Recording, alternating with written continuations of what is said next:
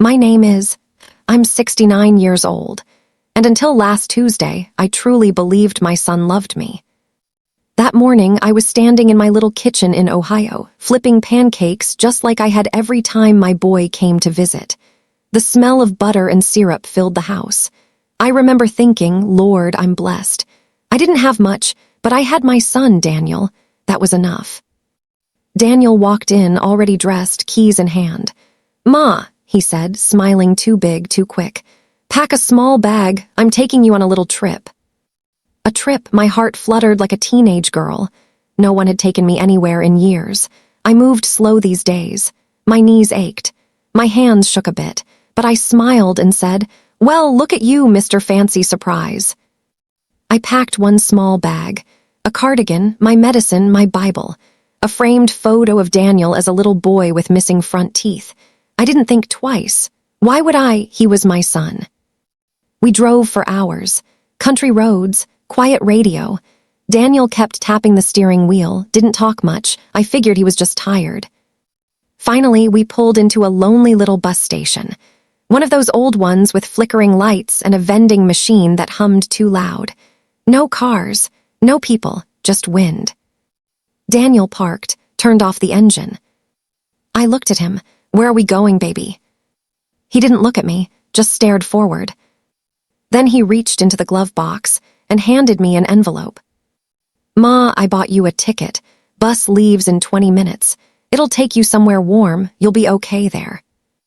I blinked. My hands tightened around the envelope. "What do you mean, Daniel? I don't know anybody there." He finally looked at me, but his eyes were cold, like a stranger's. "I can't take care of you anymore. I got my own life. My wife's pregnant. We need space. You'll figure it out. You're strong." My ears rang. My chest felt hollow. "Baby, I raised you alone. I worked 2 jobs. I fed you with my own hands. And you're leaving me at a bus stop." He sighed like I was a problem. "I gotta go, Ma. Bus is coming soon." He opened my door, pulled my bag out, set it on the pavement. And before I could even stand straight, he drove away. Just like that. No hug. No goodbye. No turning back. I stood there under the buzzing station light, clutching my little bag, heart cracking like thin glass. And that's when I realized, at 69 years old, I had been abandoned. But I didn't know yet that a stranger watching from across the parking lot was about to change everything. For a long moment, I just stood there. The night air was sharp. The station light flickered above me, buzzing like an angry hornet. My son's car lights disappeared down the road, smaller and smaller, until there was nothing but darkness. I wanted to scream his name. I wanted to chase after him. But my knees felt like jelly, and my pride glued my feet to the ground. I sat down on the cold metal bench, clutching my little bag like it was a lifeline. Inside, it was everything I had left in this world. A young couple walked past, laughing. A man in a hoodie bought a soda from the vending machine. Life kept moving, while mine had just stopped. Tears slid down my cheeks, but I wiped them quick. I didn't want anyone seeing an old woman fall apart in public. My mama always said, "Cry in private, stand strong in public." I opened the envelope Daniel had given me. Inside was a one-way bus ticket to Phoenix, Arizona. Departure time, p.m. That was in 15 minutes.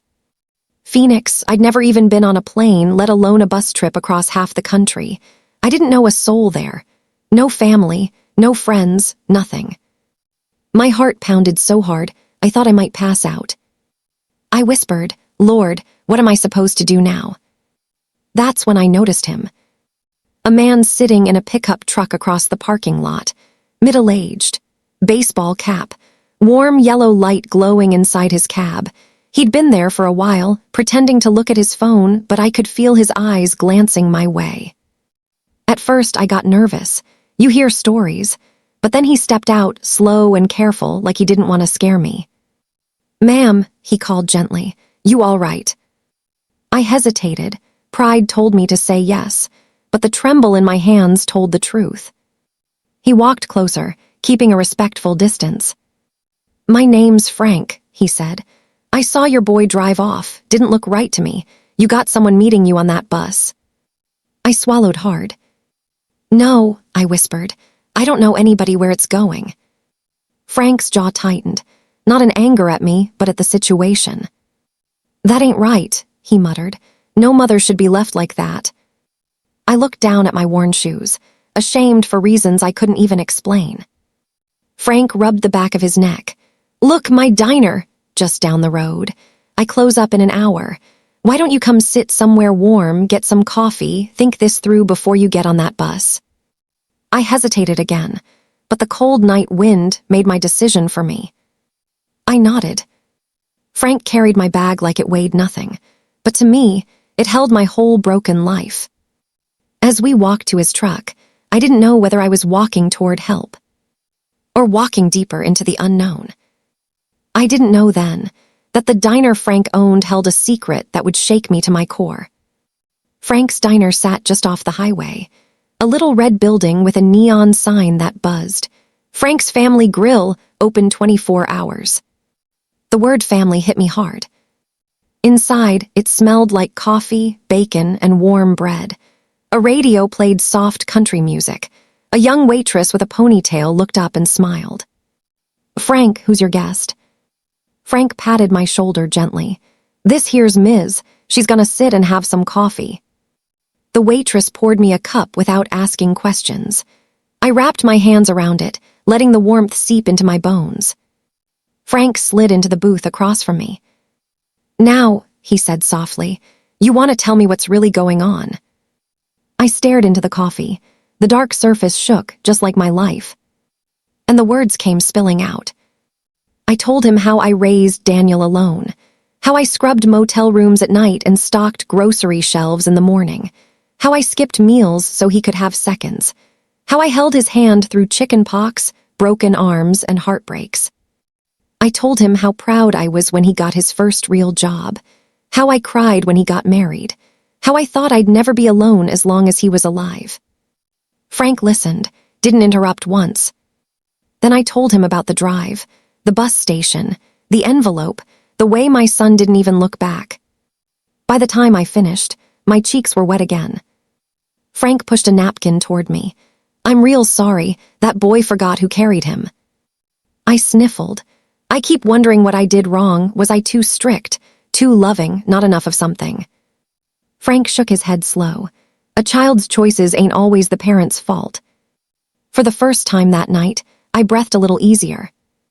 The waitress brought over a plate with a grilled cheese and soup. On the house, she said with a wink, no one sits in this diner hungry.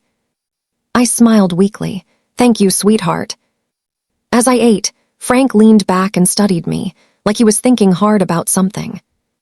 Finally, he said, you know, I got a small apartment over the diner. Been empty since my wife passed. If you need a place for a while, you're welcome to it. I nearly dropped my spoon. You don't even know me, I said. Frank smiled sad. I know what it's like to lose family, and I know what it's like when someone needs a hand. My mama raised me right. My heart pounded. A stranger offering me shelter when my own son left me in the cold. I wanted to say yes. I wanted to believe in kindness again. But fear whispered in my ear. What if this was a mistake? What if I was trusting the wrong person again? I stared at Frank, unsure which voice to listen to.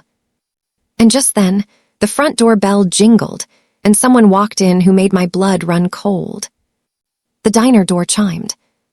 I turned in my seat, and my breath caught in my throat. A tall man stepped inside, brushing rain off his jacket. He was in his 30s, clean haircut, city shoes. For a second, I thought I was imagining things. Because he looked just like my son. Not Daniel, but the way Daniel used to look before life hardened him. Same jawline, same deep-set eyes. The man walked to the counter and ordered coffee. His voice was different, but still something about him made my chest ache. Frank noticed me stiffen. You okay? He whispered. I nodded quickly. Just someone who reminded me of somebody. The man sat at the counter, tapping on his phone. A gold wedding ring glinted under the light. I looked away, suddenly tired. Frank cleared his throat. So, about the apartment upstairs. No pressure, just an option so you don't have to get on that bus tonight. I stared at my wrinkled hands. All my life, I taught Daniel not to accept rides from strangers. And here I was, considering moving in with one. But what other choice did I have? A one-way ticket to a city where nobody knew my name, or a warm room over a diner owned by a kind-eyed man who offered me soup and silence. Before I could answer, the man at the counter turned around. "Excuse me, ma'am," he said politely. "I couldn't help overhearing earlier. I'm sorry if that's rude. But did you say your name was Eleanor Watkins?" My spoon froze halfway to my mouth. "Yes," I said slowly. "Why?" He stood up, walked closer. "My name's Ryan Watkins," he said. "I've been trying to find you for 3 years." My heart skipped. "Watkins. Same last name." Frank raised his eyebrows. The waitress stopped wiping tables. Ryan pulled out his phone and opened a photo. He handed it to me. On the screen was a picture of a young boy standing next to a woman in a church dress. The woman was me, 20 years younger. And the boy. "Oh Lord," I whispered. That's my nephew's boy, little Ryan." He smiled softly. "Yes, ma'am, I'm your sister Linda's grandson." My hands shook as I held the phone. "My mama passed last year," he said quietly. "Before she died, she told me to find you. Said you raised her when Grandma died. Said you disappeared after Daniel moved you away. I've been looking ever since." Tears poured down my face again, but this time they weren't only from pain. Family. Real family. Frank leaned back in his seat, stunned. Ryan glanced at Frank, then back at me. "I heard what happened tonight," he said gently. "You don't need to get on that bus. You've got family who wants you." My heart pounded so loud I could barely think. After years of loneliness, after being left on a cold bench by my own son, another door had just opened. And I didn't know yet which path would change my life forever. But what Ryan said next about my son Daniel would break me all over again. I held the phone with both hands, afraid I might drop it and lose this moment too. Ryan pulled up another picture. This one showed him as a little boy, sitting on my lap at a picnic table. I remembered that day. He had spilled soda all over my dress and cried like the world was ending. "My mama used to tell me," Ryan said, smiling softly, "that Aunt Eleanor was the only one who ever made her feel safe as a kid." I wiped my eyes. "Your mama was like my own daughter," I whispered. "When her mama died, I raised her till she was grown. Then life pulled us apart." Ryan nodded. "Daniel moved you to Ohio, right?"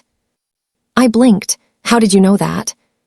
Ryan hesitated, then said, "Because I found Daniel once." The diner suddenly felt quieter. Frank stopped refilling the sugar jars. The waitress leaned against the counter, listening without meaning to. Ryan took a breath. "2 years ago, I tracked Daniel down online. I told him I was looking for you, told him you had family waiting." My stomach twisted. "What did he say?" I asked. Ryan looked uncomfortable. "He told me to mind my own business, said you were fine, said he didn't want old drama in his life." My heart sank like a stone in deep water. So Daniel knew someone was looking for me. And he lied. I closed my eyes, remembering his face in the car. The coldness, the hurry to get rid of me. It wasn't sudden. It was planned. Frank slammed his hand lightly on the table. "That boy needs a good talking to," he muttered. I held up my hand. "No violence, Frank," I said quietly. Ryan leaned forward. "Ms. Eleanor, you don't have to stay here. You can come with me tonight. I live in Michigan. I got a spare room, a good job, a quiet house, and family that will welcome you." The words felt unreal. A home. Family. Belonging. After years of sitting alone in a small house, waiting for phone calls that never came. Here was a door opening. But my heart was tired. "What if I'm just a burden?" I asked softly. "Daniel said I was in the way." Ryan shook his head firmly. You're not a burden, you're blood, and in my family we take care of our own. Frank nodded. He's right. Some people forget where they come from doesn't mean you're worthless. I stared at my coffee cup, now cold and half empty. All my life I put others first. Daniel, Linda, everyone. For the first time, I had to choose for myself. Stay in a strange town with a kind stranger. Or travel to Michigan with a family member I barely knew as an adult. My voice trembled. Can I think for a minute? Ryan smiled gently. Take all the time you need. I closed my eyes, and in the silence I prayed. But the answer I got came with a phone call that would shake me to my bones. My hands were still folded in prayer when Frank's phone rang. He glanced at the screen, then at me. It's the diner landline, he said. Probably a wrong number. He answered, Frank's Family Grill. At first he just listened, then his eyes widened. Yes, she's here, he said slowly. Who's calling? I felt my stomach tighten. Frank handed me the phone. It's for you. I took it with trembling fingers. Hello. There was a pause, then a voice I knew better than my own heartbeat. Mom. Daniel. For a second, I couldn't breathe. Daniel, I whispered. His voice was rushed, sharp. Where are you? I swallowed. I'm at a diner, Frank's Family Grill. How did you get there? He snapped. I almost laughed at the irony. How did I get here? Like I walked out of thin air. You left me at a bus station, I said quietly. A kind man brought me here. Daniel exhaled hard. Mom, you can't stay with strangers. That's dangerous. I closed my eyes. Dangerous. Not abandoning your 69-year-old mother at night. Not sending her on a one-way trip to nowhere. No, apparently accepting help was the danger. Daniel, I said slowly, why did you do it? Silence. Then he muttered, you wouldn't understand. I think I deserve to, I said, after everything. His tone turned cold again. My wife doesn't want an old woman in the house. We're starting a family. I need a fresh life. A fresh life. Like I was old furniture to throw away. Tears slipped down my face, but my voice stayed steady. So you threw me out like trash. Don't twist it, he snapped. I gave you a ticket, you're not homeless. I laughed bitterly. To a city where I know no one, with a bag that holds my medicine and a cardigan. That's your idea of taking care of me. Frank crossed his arms, jaw tight. Ryan stood beside me, his face pale with anger. Daniel's voice softened, but not with love, with impatience. Mom, I'm coming to get you. I'll put you on that bus. Just tell me where you are exactly. A chill ran through me. He wasn't calling because he cared. He was calling to finish what he started. I looked at Frank, looked at Ryan. Then I made a decision. No, I said firmly, you're not coming. Daniel paused. What? I'm not getting on that bus. I'm not going anywhere with you. His breathing got loud in my ear. You can't make decisions like that, he said. You're old, you'll get hurt. I smiled sadly. I already was by you. And with shaking fingers. I hung up. But I didn't know that Daniel wasn't far away. And that he had already started driving toward the diner. The diner felt different after that call. Like the air had thickened. Frank locked the front door, even though it was still early. Just in case, he said. We don't know what kind of man your boy is right now. Ryan stayed standing beside my booth, like a guard. I sat there, small and tired, wondering how my life had turned into something I'd only seen in sad movies. A half hour passed. Then headlights swept across the front windows. My heart jumped into my throat. A car pulled into the lot. Frank peeked through the blinds. It's him, I whispered, even before Frank spoke. A mother always knows her child's silhouette. Daniel's car door slammed. His footsteps were quick, angry. He yanked on the diner door. It didn't open. Frank stepped forward. We're closed, he called through the glass. Daniel pounded on the door. Open up, my mother, inside. Ryan stepped beside Frank. She's safe, and she doesn't want to go with you. Daniel's face twisted in frustration. He spotted me through the window. Our eyes met. For a second, he looked like the little boy I used to rock to sleep. The one who used to whisper, "I love you, Mama." But then his jaw hardened again. Frank opened the door just enough to step outside, keeping it mostly shut. "What do you want, son?" Frank asked calmly. Daniel pointed at me. "That's my mother. She's confused. She needs to come home." Frank didn't flinch. "You left her at a bus station tonight. That's not how you treat a mother." Daniel's face reddened. "You don't know my life." Ryan stepped forward. "I know enough. I'm her family too." Daniel looked at Ryan sharply. "Who the hell are you?" Ryan said quietly, "I'm Ryan Watkins, Linda's boy." Daniel froze. "Linda, my sister's name." Daniel's voice dropped. "You've got no right to interfere." Ryan's eyes burned. "I've got every right. She raised my mama, and she's not alone anymore." Daniel's hands shook. "This is none of your business." From inside the diner, I stood up slowly. My legs trembled, but I walked to the window. I put my hand on the glass. Daniel saw me and softened his voice. "Mom, come on, let's go home." Home. The word sounded strange now. I shook my head. "No, Daniel," I said through the glass. "You stopped being my home the moment you left me in the dark." His face twisted. "You're embarrassing me." I smiled sadly. "You embarrassed yourself, son." Daniel looked around. Cars passed on the highway. The waitress watched from the counter. Frank stood tall. Ryan stood beside me. Daniel realized he wasn't in control anymore. And that scared him. He backed away slowly. "I'm not done with this," he muttered. "You'll regret this." He climbed back into his car and sped off, tires screeching on the wet pavement. Silence fell. Frank locked the door again. Ryan turned to me. "You did the right thing, Ms. Eleanor." I sat back down, my heart pounding. I had just stood up to my son for the first time in my life.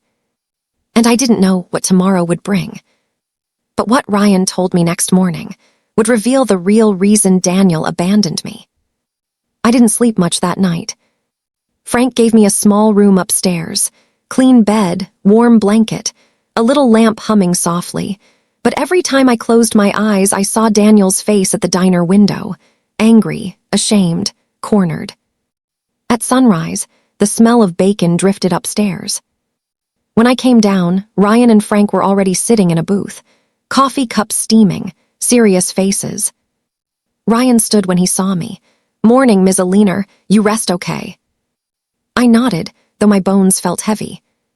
Frank poured me coffee and slid a plate of eggs toward me. "Eat first, then we'll talk." We ate in silence for a while. The radio played an old Elvis song. The world felt calm again, but I knew a storm was still coming. Finally, Ryan cleared his throat. "Ms. Eleanor," he said, "last night I told you Daniel lied to me about you being fine." I nodded.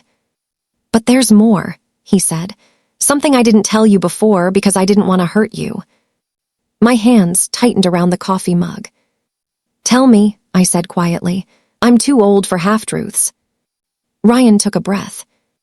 2 years ago, when I found Daniel online, I didn't just message him. I visited him. My heart skipped. "You met my son." Ryan nodded.